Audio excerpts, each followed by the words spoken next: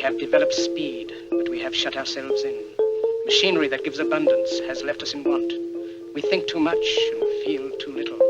More than machinery, we need humanity. We know the air is unfit to breathe and our food is unfit to eat, as if that's the way it's supposed to be. We know things are bad, worse than bad. They're crazy. Silence! The great and powerful Oz knows why you have come.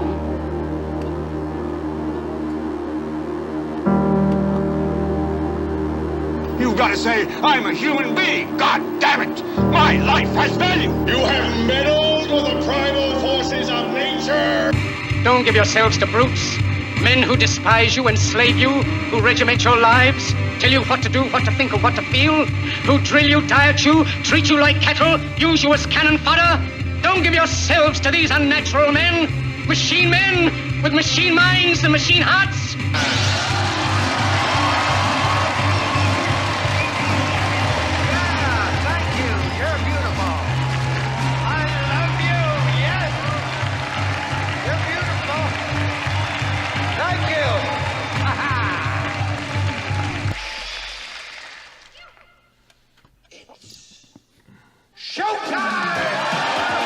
And now, Reality Rants with Jason Bermas. And who loves you? And who do you love? It's actually Mixed Martial Mindset, but I can't help play that every single time. Gives the people a chance to come on in. I should make something Mixed Martial Mindset-y with some fists. We're going to be talking big time about these bad boys right here. Received them in the mail today. I want to thank Whitney Webb for the promo copies. I cannot guarantee how long it's going to take me to read these bad thick books. Oh, they're the real deal. One Nation Under Blackmail, volumes 1 and 2. I want to thank Trine Day Press. That's probably what I'm going to be doing the next couple weeks before I go to bed. If I need to put myself to sleep because I got to be up at 5 in the morning to do my show every day. Don't get me wrong; those don't put you to bed, but they're a good way to kind of hone in on a topic. Problem is the topic's pretty uncomfortable, John. And when you, I don't know, you're a high level athlete. I know when I've obsessed over things, athletic or not. Sometimes that's like the full on, like, I wouldn't call it a dream experience, but night experience, right? Just over and over and over again, there's this repetition of something. Like for me, after a long, long night or maybe even week of work, I'd go to sleep and I'd still think I was there doing the motions. Every bit of me is in that. Did you have that as an athlete? Like, there was some times, it's been a long time because I haven't been competitively doing that stuff, but there's times where I'm like kicking or punching in my sleep, kind of. Yeah, it can happen. It can happen. I mean, I've had it happen a lot, and I find it's when I'm almost worn to the bone. Like, you've had those, again, you're in the gym.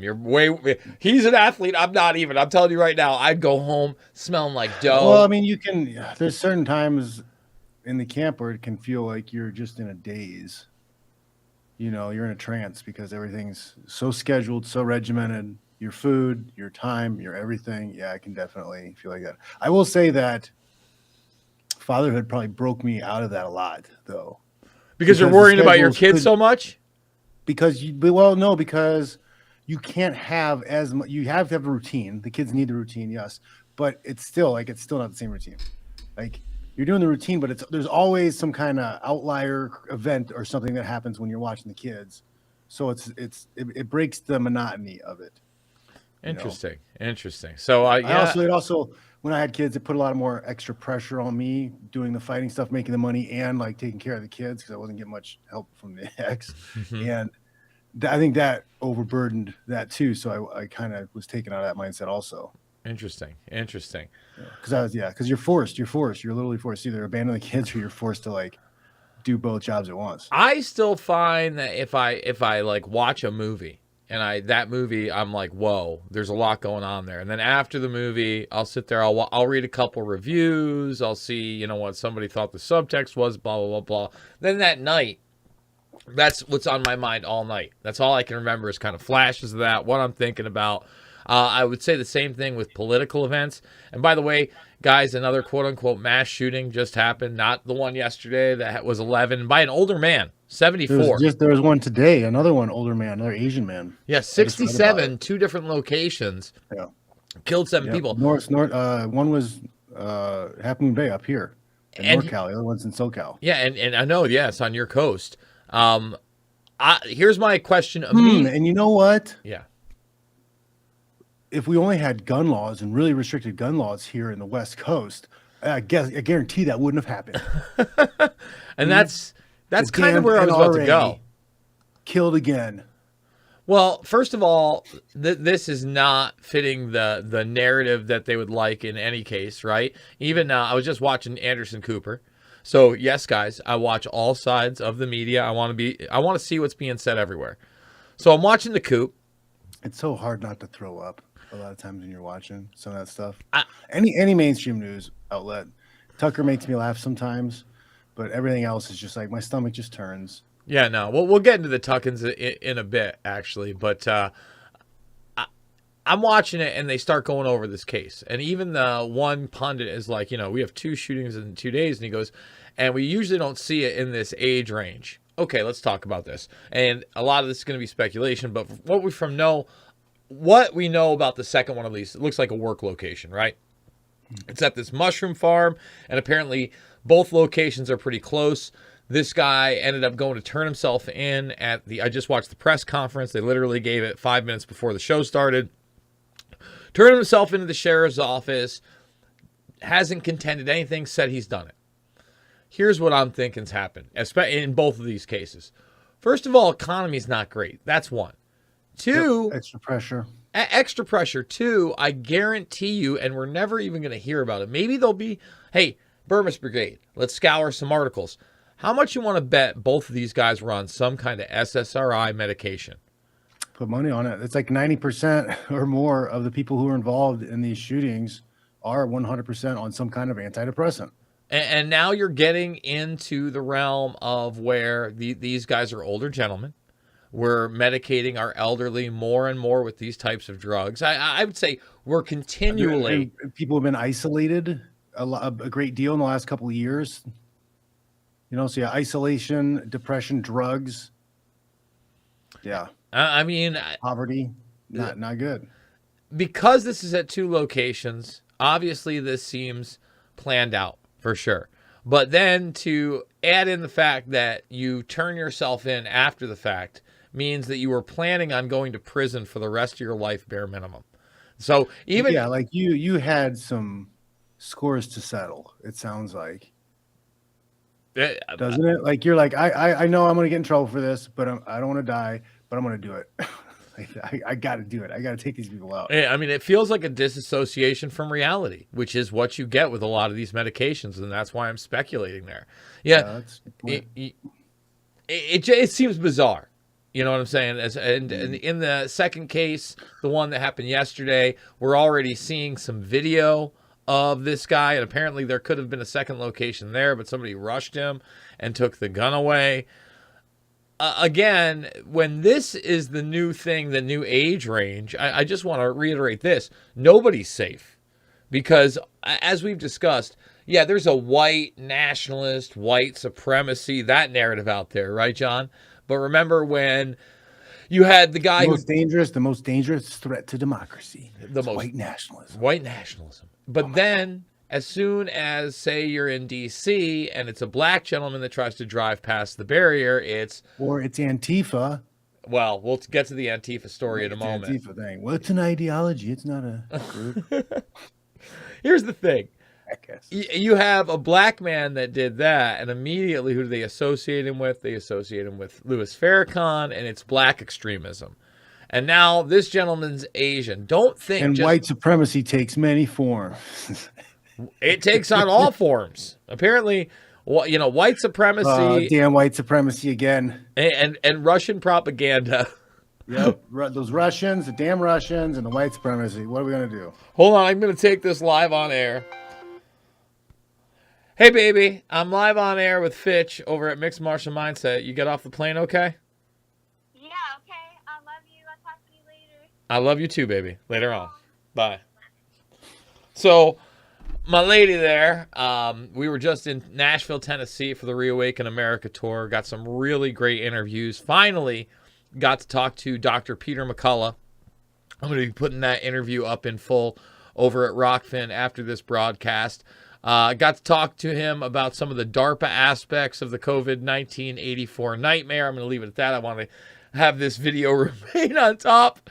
But John, I'm sure, and let's be careful when we talk about this, I'm sure that you saw by now Rebel News confronting the Pfizer CEO. Yes. And that gentleman just saying, have a nice day. Thank you very much. And that's it got like 17 million views or something at a point. Was it Avi, that one guy? It was Avi and Ezra Levant. Ezra Levant is the older gentleman. 17 million. And that video was scrubbed from every other platform, right? Like it wasn't allowed on Instagram. It wasn't allowed on Facebook, not allowed on YouTube in any way.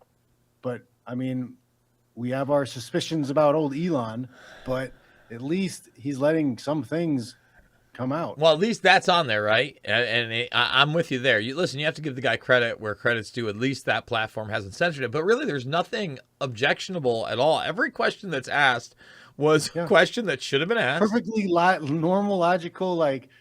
Don't say it. Don't say any of the questions. They're good questions. Should be asking. Yeah.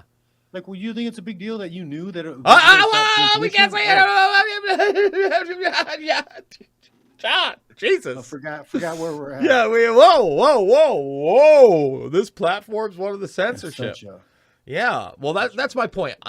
I want people to go see that video. That's why I played it on the uncensored portion of the broadcast at Reality Rants in the morning, because I knew right away that had censorship written all over it.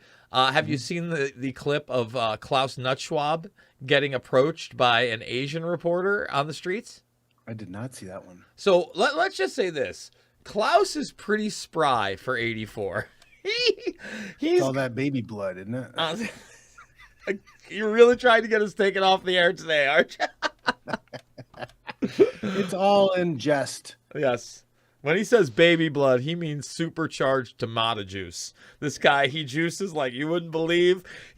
All morning long, Klaus is juicing. All right. So let's see if we can get it. Klaus Schwab. I think we can play this one, hopefully. Hopefully we can play this one.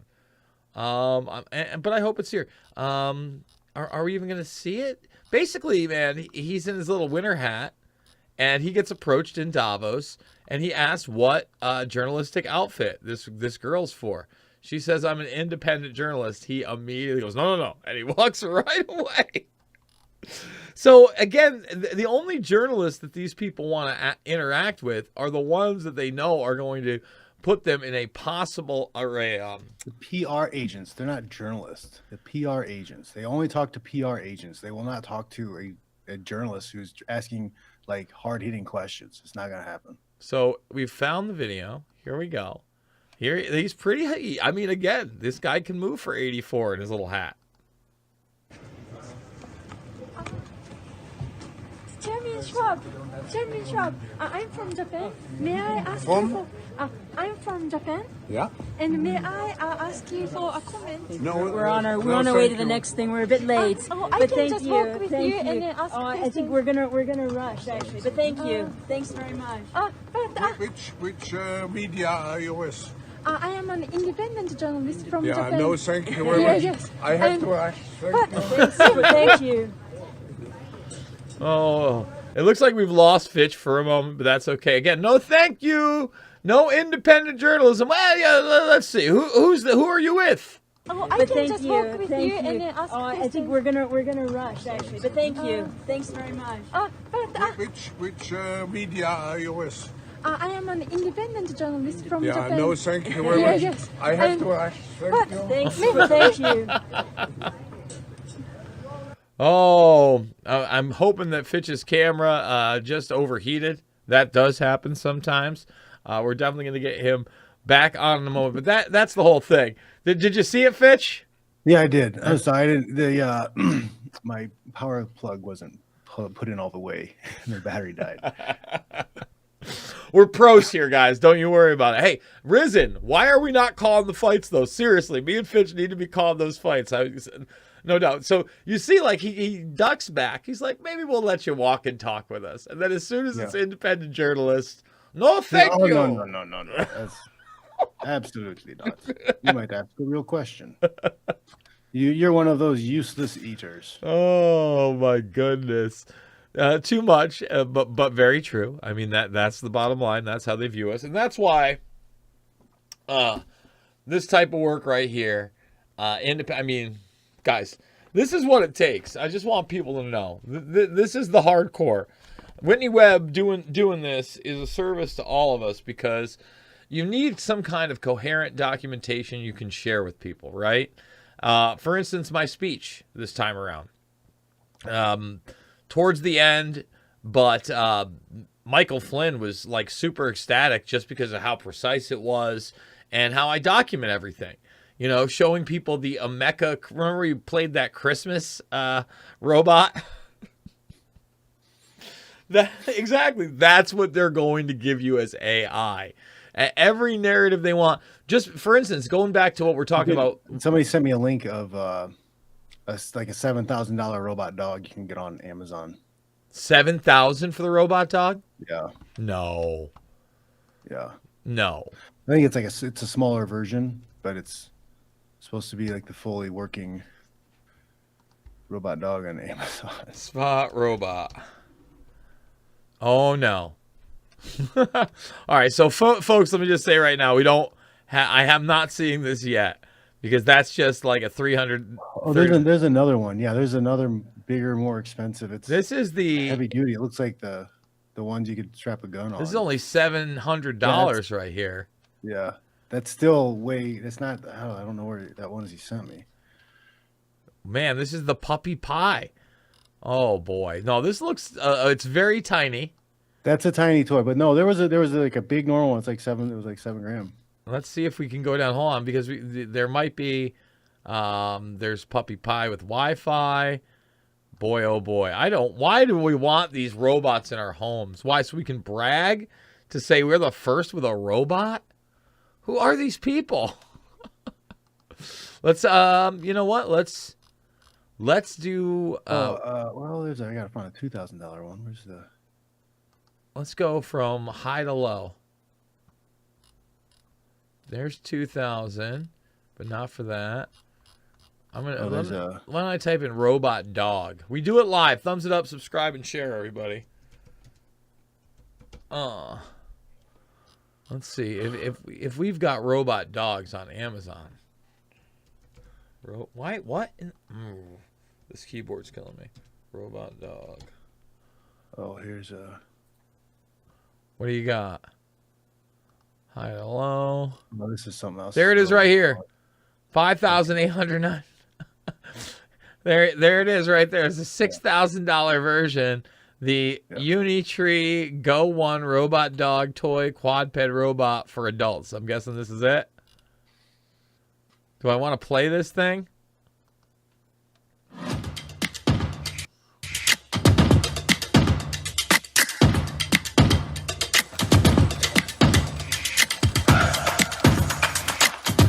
Looks a lot like that other one for like $600, and they're just trying to make you pay more. It looks bigger, sturdier. Yeah. Let's turn down the hipster music as we watch this. Oh, Flippy McGraw. It's so ridiculous. Oh my! See that? Okay, yep, that one does look bigger. So it tracks you. That's lovely. So it follows you around wirelessly. That's frightening. You know that's going to mean something terrible in the future. You're going to have a leashless, lifelike looking animal that looks like a dog. It's really going to be something like that underneath, or synthetic with super sense system. Oh boy. Only $6,000, guys, to be this asshole. And this guy, I promise you. Can you imagine seeing this guy right here? Hey, oh my God. finally have somebody to carry my water bottle. Oh, man. Thank God. Thank God. Thank God they made this thing to carry my water bottle as I jog. You know, having it on my back or my side was just too much. And when the oh boy, you got to be kidding me. Now he's shopping with the robot. That's lovely. Huh? Adaptive load regulation. That's fantastic. And then they can look off into the sunset together. And that's fantastic. I just want everybody to let this one sink in right behind us. This is what they're selling you. Not you and Benji, not you and your wife or your child. Yeah, you and the machine. Like, it's wild. It's wild. Oh, it's terrifying. It really is. It's like, I mean, at least I guess we can buy one and mount our own weapons to it if we needed to. But like, the robot wars are coming, man. I mean, you think, like, seriously, nobody thought this through. Nobody's like, nobody would ever like do something malicious with these technologies. No civilian would ever do that. I mean, I follow some people who do like 3D printing, and they're printing all kinds of like illegal weapons. Oh yeah. Oh, you better believe it. There was the shooting. There was a shooting where 2 teenagers shot a security guard, Asian security guard, in the head here in NorCal. Right, or like 15 and 16 or 14 and 15, something like that. Shot him in the head, killed him. They had, I'm pretty sure it was I think it was this case, but it was a 3D printed gun. It was a ghost gun. So, right? So like, let's see. Kids can print. Kids are printing their own weapons, and you're going to tell me, oh yeah, gun control is going to keep us safe. No, it's going to only put the guns in the hands of criminals. Well, let's see what they got to say right here. Boston was killed last night. ABC 7 News obtained surveillance pictures of Boston and one of the teens being escorted out of the mall. The second teen is not shown in these pictures. Grace Horikiri of the Japantown Community Benefit District was shown exterior surveillance video. Escorting a young man out the door, and then we saw what looked like one gunfire taking place. Police were able to arrest the teens. One is 14, the other 15 years old. Captain Derek Jackson and his team came to talk to the vendors. I don't know what the motive behind this was at this time, but maybe some of those details will come out with the investigation.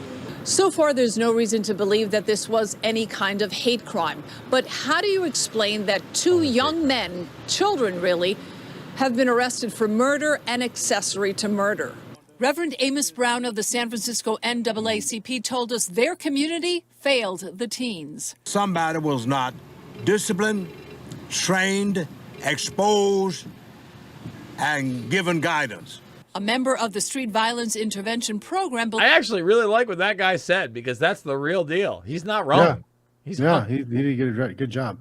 But yeah, they gloss over some things. Like they're not showing you the video of what actually happened. But what it looks like was they probably were stealing something in the store, and the security guard escorted them out, and they went and got revenge. So they came back after the.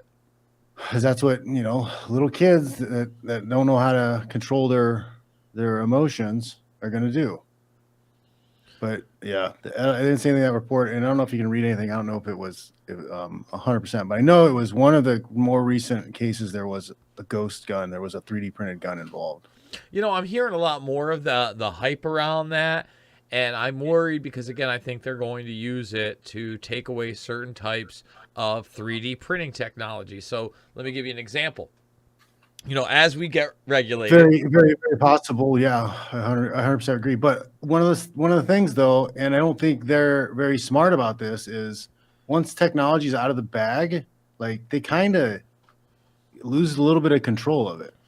There's always people on the edges. There's always people on the edges that can use that technology in ways that they can't stop. They're always a step ahead of them. And, even us, like, they're trying to censor everybody. They're shadow banning everybody. They're pushing people out. Like, people switched up to like Telegram and private chats and different ways to have their communities. They're being debanked. So they find cryptocurrencies and other ways to make money and survive.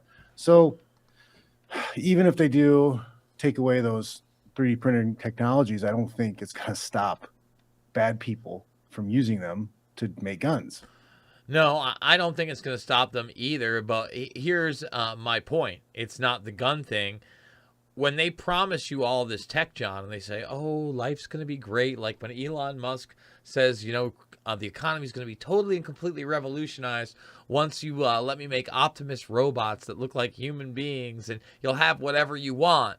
Ray Kurzweil says that we'll be able to... I watched Westworld. No thanks. Well, we'll be able to print whatever we want.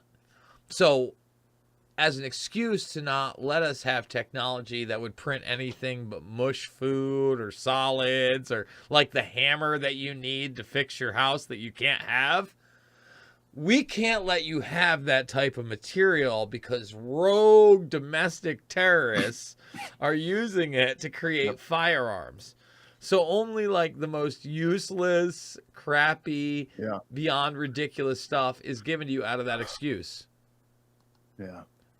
You're not wrong. It'd be like the worst, cheapest type of plastics. You know, you can only use the most terrible things to build stuff with. Yeah, it's like eco styrofoam that biodegrades in a week. You only have a week to like use the hammer. Makes the biodegradable styrofoam cups, but they biodegrade in your hand as you're drinking your glass of water. Yeah, after the 5th glass of water, it just disintegrates. Bottom falls out. And that's because you're not allotted more than 4 12-ounce glasses of water a day because we're running out of fresh water, John. That'll be the next eco crisis. And we don't know how to hydrate the world. We're just so evil. And people think that that's crazy. But again, I don't know how crazy it is. Now, the Tuckins went over this story. And finally, for all those people that are like, there's no mugshot of her. It's a fake. I don't believe that. I don't believe it's real for a second. In fact, I'm sure it's not. Well, so basically what she's saying here, and obviously I'm going to have to do that because it's just playing the way it wants to, is that obviously they killed Jeffrey Epstein. It's a fake. I don't believe that. I don't believe it's real for a second. In fact, I'm sure it's not. Okay, so this is why this woman is a serial liar. She's trying to say here that the photograph of Prince Andrew and Virginia Giuffre Roberts is a fake. Now, I actually did a video on the article that came out on this. This was in the Daily Mail. This is when Ghislaine Maxwell was basically portraying herself as a hero and getting ready to appeal. But I believe that this is the one where Maxwell says she believes that Epstein did, in fact, not kill himself and that she wishes she'd never met him. It's a fake. I don't believe that. I don't believe it's real for a second. In fact, I'm sure it's not. Well, there's never been an original. And further, there's no photograph, right? And I've only ever seen a photocopy of it. I feel completely divorced from the person that people reference and talk about in all the various newspaper articles and TV shows. So all I want to say is that woman's a serial liar.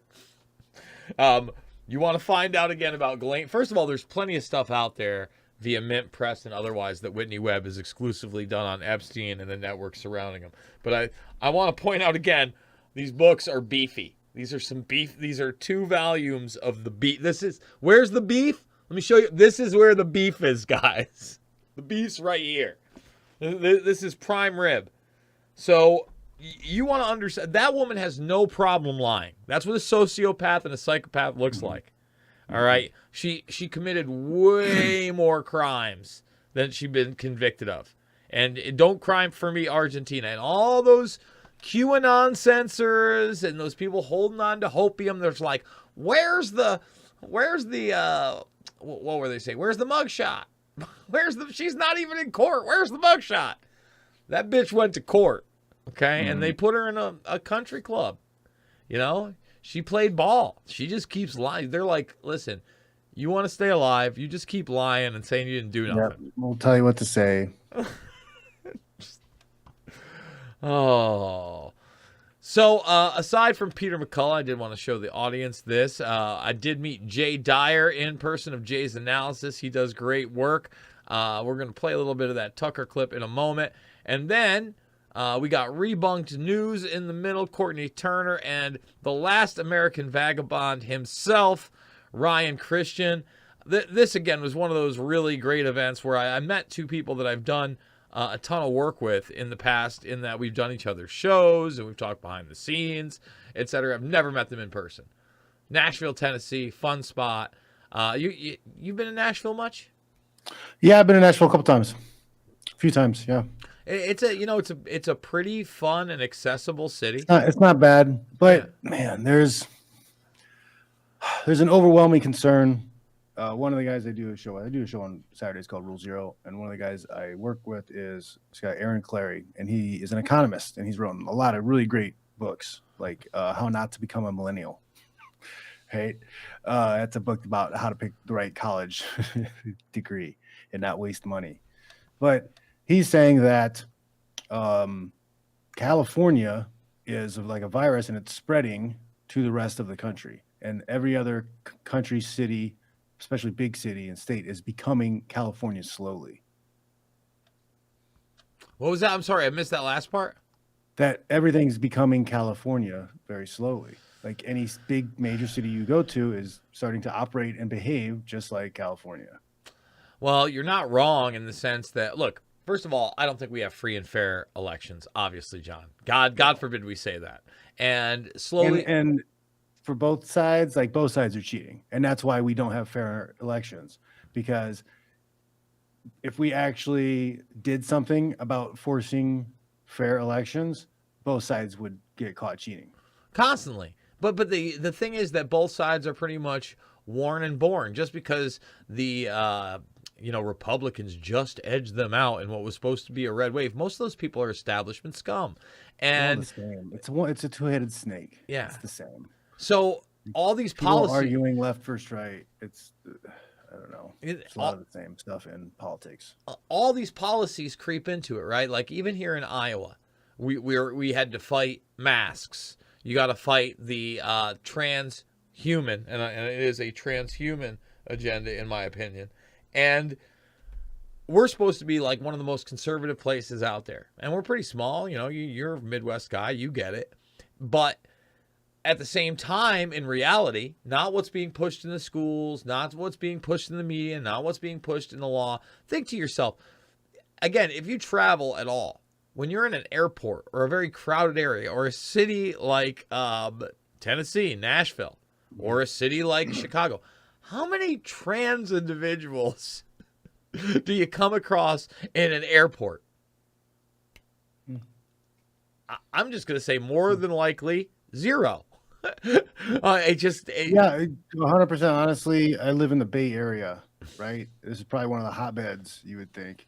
I rarely see anybody who would say they're trans.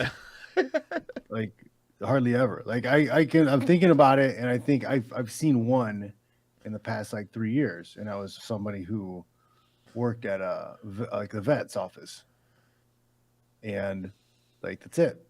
Like I've never seen it out and around. It's like I don't know if it's all in California or all in San Francisco or what, but like it's all lies. Like it's pumped through the news so much, and it's talked about so much that you think about it's everywhere, but it's not. It's like such a minute percentage of people. It's really kind of a waste to be discussing it even. So like there are some big things going on that aren't right, with people going into the girls' bathrooms and having penises hanging out in front of little girls. Like that's not acceptable. But what's the occurrence rate of those things happening versus them printing more money and stealing more money from us and raising taxes and embezzling money they take from us? And let me say this: the focus be that stuff was happening before. It just wasn't legal in some cases. Right? So it wasn't getting the press. Like everybody knew, hey, that person's a pervert and probably a child abuser and needs to go to jail. Right? There was no sympathy for why they were in that area exposing themselves to a member of the opposite sex, especially when you're talking a man. Because let's be honest about it, a biological man is the one that we're concerned with most of the time, because I haven't heard any of these biological women transitions in bathrooms much, where all of a sudden a biological woman who's transitioned into a man is in a little kid's bathroom. That's not usually the case. They're usually not the ones exposing themselves. I'm just pointing that out there too. Like, if we're going to be fair about everything. And again, our generation had transvestites. We called them post-op or pre-op. Even in my community, upstate New York, in the college town, we had a couple cross-dressers. There was a famous one out in Austin, Texas. None of this was new.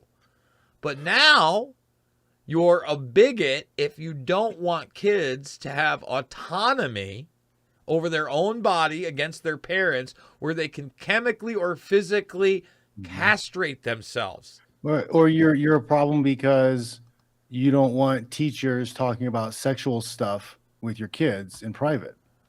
Yeah, and being able to shield that information away from you. Yep. And school boards and principals actually instructing teachers not to tell parents about these things.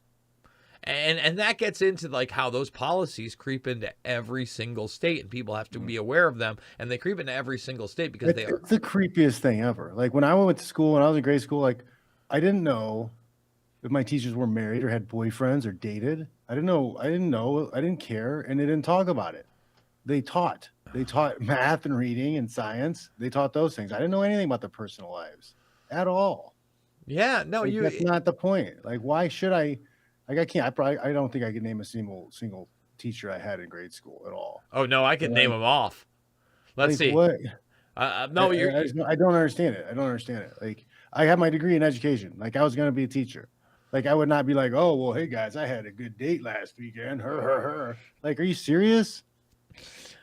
Like, I had never had a coach. I never had anybody ever talk about that stuff. So it's not okay. And if I have a teacher or a coach talk about that stuff with my kids, they're gonna have a major problem. So let's talk about how benign the gender issues, or even what a teacher's personal life was when you and I were around. Okay, I just wanted to put this out there. It was like really weird to see your teacher out in public. Well, super, but at the same time with a mister, right? Unless they were married to another teacher in the school and it was Mr. and Mrs. Johnson or Thompson, you wouldn't really know whether Mr. was married or not, especially as a little kid where you don't know the cues of whether they were wearing a finger. You know, I have certain, teachers like Mr. Resling back in the day. I'm like, well, Mr. Resling probably didn't have a wife, and maybe, he had a boyfriend at home. I would have never known it, right? I don't know, who Mr. Simmons was or wasn't married to. And even with women, again, a lot of the times the women would be a miss. So it was a mystery, right? It could be either. It wasn't a Mrs. And the only time you would find out it was a Mrs. is if they took maternity leave or got married while they were doing it and changed their last name. That's how uninvolved you were from your teacher's personal life in grade school. I mean, hammering it home. Think about how far we've come. Now teachers are making social media videos about how they're filming themselves, outing themselves, like it's a child abuse. They're child abuse. You're talking about things that you have no business talking to children over, like, at all. It is my if I'm at dinner and we're sitting with a bunch of people and some adult starts talking to my kid about that stuff, I'm like, hey, what are you doing? What's your problem? Don't talk to my kid. Like, that's not appropriate. It's not appropriate. It's like, hey, Billy, you know who I had sex with last week? It was a woman. Like, even like holding hands, or it just never came up. Nothing like that ever came up. Like again, if there were teachers that were people asked, it was like, oh, that's a personal issue, and that was done, and they moved on. Mm-hmm. Like, even when you had the couples that were teachers, it was usually one of them would stop in and be like, okay, well, I'll see you after school. Like, it wasn't even like they wouldn't ask the other person what was for dinner, or like, it was just a quick business type transaction. Later on, our personal lives are completely detached from what? Our professional lives. And that used to be a mantra, really, in the vast majority of businesses. It wasn't until, I would argue, the big tech craze of the mid-90s where everything had to be hip and cool. And think about that psychological warfare. You know where it really came from, I believe? I'm listening. When women joining the workforce, because women are more communal and they want to do that stuff. They want to talk about those things. They need to talk about those things. They need to express those things. When it was just a group of men working together, that never came up. Like, we could work together. We could work together for 10 years. I wouldn't know you had a wife and kids. Because it's all about the job. Men are showing up to work. It's about the job. We have something to do. We're getting it done. I'm not going to learn your last name or your first name. Sometimes you got a nickname or your first name, or I'll remember one part of your name, and we got a job to do. Let's go. Let's work. Shut up. Like, I'm not here to chitty chat. Well, I know lots of guys, when I work with them, they don't chitty chat either. We get to work. We work. It's silent. Put some music on in the background. But like, no, with women, it's like meeting, text, message, all this. We got to do this. We got to do this. We have to have another meeting. We have to have a meeting about the meeting, and then we have to have a post meeting after the meeting in the meeting. It's just like, no. Like, and I believe that's very feminine driven way of doing things. I'll say this. While I certainly would not disagree with the idea that, females and the feminine obviously like to talk about their emotions more and more and are maybe less focused in certain situations. Let me say, like when they had to be rallied in something like World War II, right? Or if you see it largely in the nursing field traditionally, it's changed somewhat over the last couple of decades, but you had women also very focused in that field as well. There are women that can be driven like that, but it's very to the point. It's life and death in a hospital, right? So, it's life and death in a hospital. They are driven. They are motivated. That doesn't mean that they don't have those features. But where I would say that things changed, again, like for instance, I talk about NASA all the time. Occasionally I'll come across one of these women that works in NASA and they'll tell you, yeah, it's very male driven. Like 95%. And, that's a very regimented, scientific, whether it's, space travel, genomics, other types of technology. But there are those anomalies, right? And they're inside of them. You still have to be that at a tech company if you were a woman or man working at IBM in the 50s or 60s or 70s, right? Or even into the 80s. You still had that in almost every company. It wasn't until this nouveau internet, we're hip and cool. Like, remember, Google was "Don't Be Evil." Like, for instance, they made a fucking movie with Owen Wilson and Vince Vaughn about how they worked at Google. It was so fun. So I think on top, because listen, the hardcore people at Google that work at Google, like the people that are censoring your ass, and like the ones that are really making the decisions at the top, not the little shit lib moderators that they hire with the blue hair that are just like, gotcha. But the ones that are deciding, they're highly regimented. And the people that are working at Google that are working on the quantum computers, man or woman, they're highly regimented. But they want to sell you and the rest of the public that don't have those type of jobs. Like, everybody's hip and cool and can be lazy. And it's bled into the entire culture. You get a latte. I feel like there is a lot of lazy, empty jobs that have no purpose. They're just there. It's almost like a communist, like, oh, we have to have them doing something to give them money, because they don't do anything. They just have meetings. Like you see the Instagram or the TikTok posts that some of those workers make. Woke up at 9, had a coffee, went for a walk. Like, then I had this meeting, and then I went to that, and they do nothing all day long. That's your average day. Well, you know what it does, John? Like Google or somebody just let go like 12,000 people, something like that. Well, like, yeah, because they're useless. They don't need them. Because they're about to get automated out. And here's the other thing. They've already gotten so many people on the dole. Now they want you to accept a UBI. So you're right. A lot of this is social engineering. Again, that's about the whole mythos with Google. And think about it, John.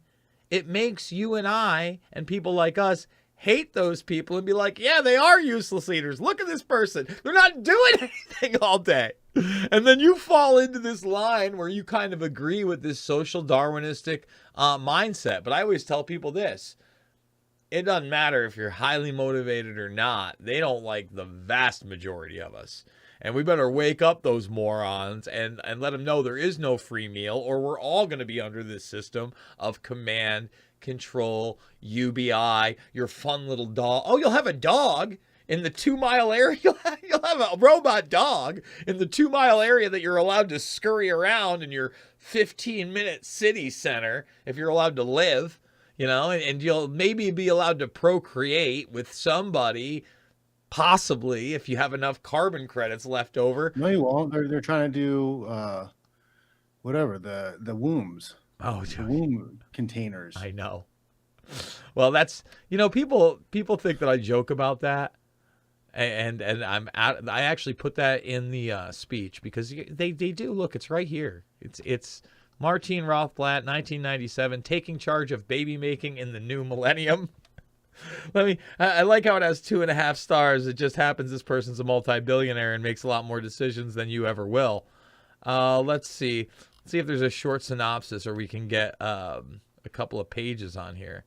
Are there any free pages? Come on. Are you telling me you're only giving me one? We only get the cover of this? No. Here we go. Unzipped jeans. Let's see what it first says. What are the chances it's going to be horrific, John? Let's see. Transgenic creationism. My perfect monster. Page 69. How transgenics works. Should we fear transgenics? I don't know. Okay, so here we go. There's the series editor's forwards. Eugenics is a word that often elicits the most negative images, and rightly so. After all, it was not long ago that the Nazis tried and failed to extinguish the genes of Jews, gypsies, and others. I like how it's always the others. No, they tried to kill a lot more people. Dissidents, the mentally ill, basically anybody that stepped in their way. It was a regimentation of all human beings, and yes, the Jews and the gypsies and the mentally ill and the dissidents and the Polish. I mean, you could continue. They went after a bunch of Christians and Lutherans. Make no mistake about it. The Freemasons. And in 1927, the United States Supreme Court declared the Buck versus Bell that the eugenic sterilization of the feeble-minded was constitutional. According to no less a jurisprudential luminary than Oliver Wendell Holmes, the principle that sustains compulsory vaccination is broad enough to cover the fallopian tubes. The generations of imbeciles are enough. You got to love that. So then they start out and say that, you know, they can vaccinate you to, I don't even want to say it on the air, but let's just say, you know what? I'm not even going to say it. I'll get in trouble. But no, that this is now transgenic, so it's newly labeled. Yeah, this is nice. I have to read this sampler, guys. Transgenics instead of eugenics. I know. Dressing it up. I mean, seriously. Same stuff. You gotta love it. I mean, at least they give you a decent amount of pages, right? Like that's not terrible. I mean, it's just a little sampler, but you get like 8.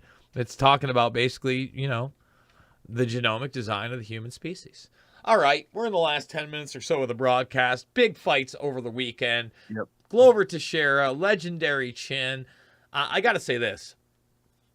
If you think about how many times Jamal hit him clean, and he hit him probably with, I'm talking about 40 devastating shots, at least 40. Uppercuts, head kicks, straights, hooks, hammer fists, at least 40 clean ones. Rumble Johnson hit him with one uppercut, sent his tooth flying and knocked him unconscious. That is a testament to the power that Anthony Rumble Johnson, rest in peace, had. I mean, that man had ungodly power. Very powerful. Yeah, Glover did a good job. He was doing some very good high leg attacks. But he wasn't cutting the angles to finish the takedowns very well. He kept kind of pushing into the cage, digging underhooks, body locks, but didn't do much with it. And then when he did get a chance to be on top, he didn't do a lot. And Jamal Hill showed pretty decent defensive grappling. He did a good job. And, you know, it was a vacated title, so in a sense, he's merely the title holder. I don't really know if he's really the champ until he defends it at least once. Yeah. Who do you think he fights next? Jan? Yeah, I don't even know who's left. Because Jerry's out for a while. Is Jan gonna be around to fight, or like who else? I can't. I was thinking. I was like, man, like I was watching Shogun fight. I was like, who else is at 205 right now? I couldn't think of it. Like the only thing I could think of is the Piera moving up and fighting and being a double champ. I mean, Adesanya, I guess, could come up to 205, but he already lost to Jan. So he lost to Jan, and I feel like he's a little undersized, and then he's probably going to want to try to get his belt back at 85, and so that's going to be a while. But I couldn't think of one compelling match. I was like, oh, I can't wait for Jamal Hill to fight. Who's there? Like, what's the next? Who's got next? So you got Ankalaev or whatever. Yeah, Ankalaev. You got Alexander Ratchik. Anthony Smith is still in the top 10 at 7. Nikita Krylov. Hey, Johnny Walker looked good. Look, I'm sorry. Like the light heavyweight weight class is kind of sorry right now. It is. This is not a good, solid thing. And I talk about this all the time. I believe that light heavyweight and heavyweight weight classes are very weak in MMA because the pay is so small, because the percentage of the gate, the money that they're making is so little compared to other sports. If you're 205 pounds and like a super athlete or more, you're not fighting and getting brain damage for peanuts. You're going to box and get brain damage for a lot of money, or you're going to play football, you're going to play hockey, you're going to play something else, right? Because you got that much athletic ability. Why wouldn't you play something that actually pays you? I mean, and the thing is that you're talking about a weight cut. So an athlete that's actually 205 and can compete at that level is really walking around at 230, 220. Yeah, exactly. So, you look at what a high-level basketball player, 6'3" to 6'6" makes.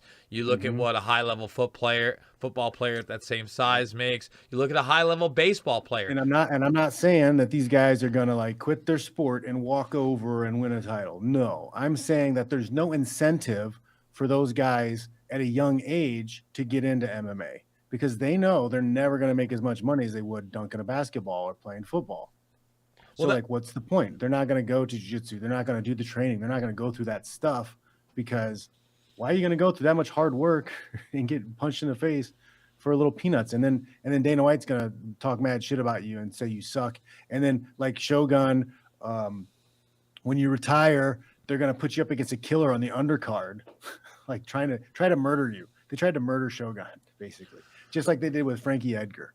Like the most pointless, stupidest matchups. Why would, especially with Shogun, why would you put that guy who's done so much for the sport and the company with his performances, his knockouts? Like Shogun was the man, and who won the Grand Prix and Pride. Like, oh my God. Like I've had friends who watched fighting for the first time and watched Shogun and who were like, I love this. I can't wait to keep watching more fights because they're all like this. Oh my God, this guy's amazing.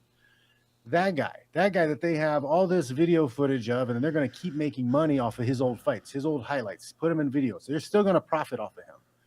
What do they do to celebrate his retirement?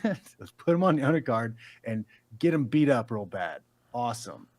Well, here's the other thing. They put him on, wasn't that on national television this time around? Like weren't the prelims to sell it on national TV? Well, yeah, I guess it's on the Hulu, ESPN. Well, no, I don't think it was ESPN. I would think they actually put it on ABC. You know how they've done that recently in the prelims. So it was I didn't even know that they're doing. Yeah, I know they've been doing that. Well, not a lot, but just like CBS is going to carry the Bellator event. I think they actually carried the Shogun on. I could be wrong, on network TV. And my problem is this: why are you putting that guy who's got 40 fights, was part of the Valley Tudo camp, where he's probably got 200 other ones you've never even seen or heard about behind the scenes? Why are you putting him against a guy that's 18-3? All right, a fresh kid that's hungry. And, obviously he needs to feed himself. This isn't his swan song. This is his chance. Why aren't you putting him against a veteran that's got 30? Just put him against someone. And there's no benefit to that guy either. Because I don't care. Okay, you beat up Shogun, so Shogun was retiring. Yeah, he's had 40 some fights. He's in his 40s.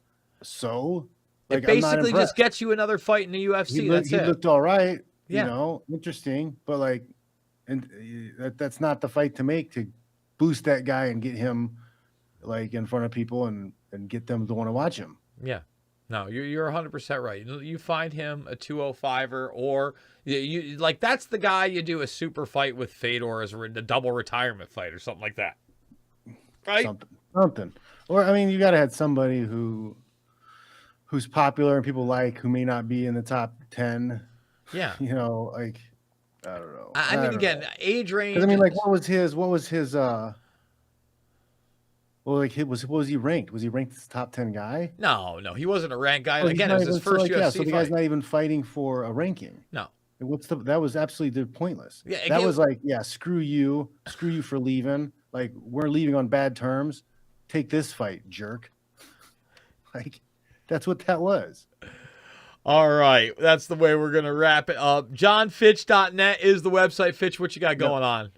I've got, I had my podcast last night. John Mitch Knows Nothing. I talked a lot about Francis Ngannou's situation. So you can go back and watch that. I'll be posting a short clip of that. It's not short. It's 25 minutes long, but I condensed all the best parts of the Francis Ngannou talk into a 25-minute clip. That'll go out maybe like Thursday or so. But yeah, go to JohnFitch.net, sign up for the newsletter, and I'll check you later.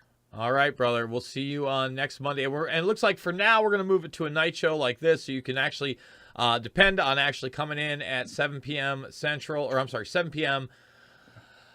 Pacific, 9 p.m. Central, 10 p.m. Eastern. That's when we've been doing it. I literally was at the airport again right around the time we used to do it, and I've been so busy around that time and traveling. This makes more sense. But Fitch might be moving it. You might be. I might have to move, because I might be teaching on Monday nights soon, so we'll see.